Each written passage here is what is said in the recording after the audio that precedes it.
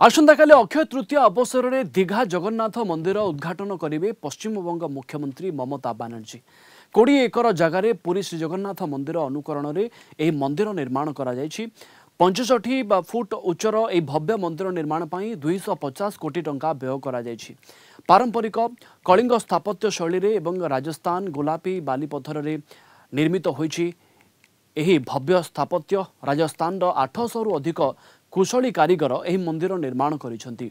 दीघार मंदिर रे पुरी जगन्नाथ मंदिर भली भोग मंडप नाट मंडप जगमोहन एवं पवित्र गर्भगृह रे अति निखुण कारुकार्य करा जायछि। मंदिर उद्घाटन पर दीघा को पर्यटकों सुह छुटिब, विदेशी पर्यटक भी दीघा आसिबे। प्रमोद महांती आम कोलकाता ब्यूरो हेड आम सहित जोड़ी होती अधिक आलोचना करने। प्रमोद, तमाम प्रस्तुति शेष होइछि जगन्नाथ मंदिर उद्घाटन पर दीघा रे? देखो प्रवीण, केवल समय अपेक्षा। आसंता काली अक्षय तृतीयार पुण्य लग्न रे दिन 3टा समय मुख्यमंत्री ममता बनर्जी दीघा रे जो भव्य जगन्नाथ मंदिर निर्माण होइछि ताको आनुष्ठानिक भाव उद्घाटन करेंगे। एवं गत 2 दिन धरी सेठारे यज्ञ चली आज मुख्यमंत्री से यज्ञाहुति देथिबार परिलक्षित होता। एवं यही जगन्नाथ मंदिर उद्घाटन को केंद्र करी समग्र पश्चिमबंग रे कार्यत एक भिन्न धर्मीय भावावेग सृष्टि होइछि।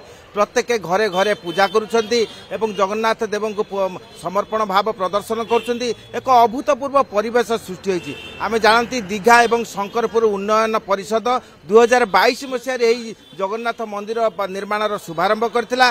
सेतिपाई 20 एकर जमी मंदिर ट्रस्ट को दान करथिले एवं राज्य सरकार 250 कोटी टंका व्यय करी यही मंदिर निर्माण करछंती। एवं यही मंदिर उच्चता होछि 213 फुट 65 मीटर। तेणु यही मंदिर कार्यत जगन्नाथ प्रेमी मानक मध्य एक स्वतंत्र स्थान अधिकार करछि। आमे जानती जे पुरीर दैतापति राजेश दैतापति आसिचंती प्रतिष्ठा कार्य करबा पई। तांको सहित 57 जन पुरोहित मध्य अछंती। एवं आमे देखिया पाउचंती या मध्य रे भोग मंडप नाट मंडप जगमोहन पद्मकुंड एवं विभिन्न प्रकार जो पारंपरिक जो निर्माण कार्य शेष होइछि।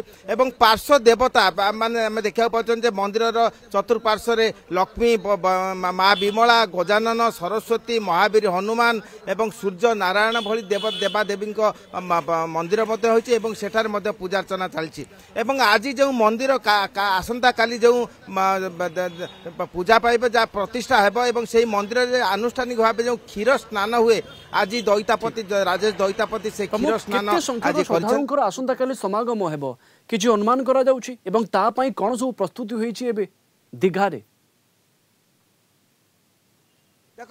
देखंतु प्रवीण, राज्य सरकार पक्षर निरापत्ता व्यवस्था को कठोर करा जाइछि एवं मंदिर प्राय 200 मीटर दूर बैरिकेड करा जाइछि। कौनसी अनुमति व्यतीत मंदिर परिसर को क्या प्रवेशाधिकार दि जाउ नाही। 250 पुलिस एवं कोलकाता पुलिस दीघा शंकरपुर उन्नयन पुलिस उत्तर पूर्व एवं पश्चिम मेदिनीपुर पुलिस सेठारे मुतयन होइछंती एवं समग्र अंचल को वर्तमान एक बैरिकेड करा जाइछे एवं निरापत्ता दिगरु सामान्य जेपरि कोनोसी त्रुटि न घटे सेति व्यवस्था करा जाइछी। राज्य मुख्य शासन सचिव आमे मंदिर भव्यता मध्य देखिबा को पाउछि एवं आसंता काली मध्य एक भव्य परिवेश भितरे एई मंदिर को उद्घाटन करिवे पश्चिमबंग मुख्यमंत्री ममता बनर्जी। आपनको अनेक अनेक धन्यवाद।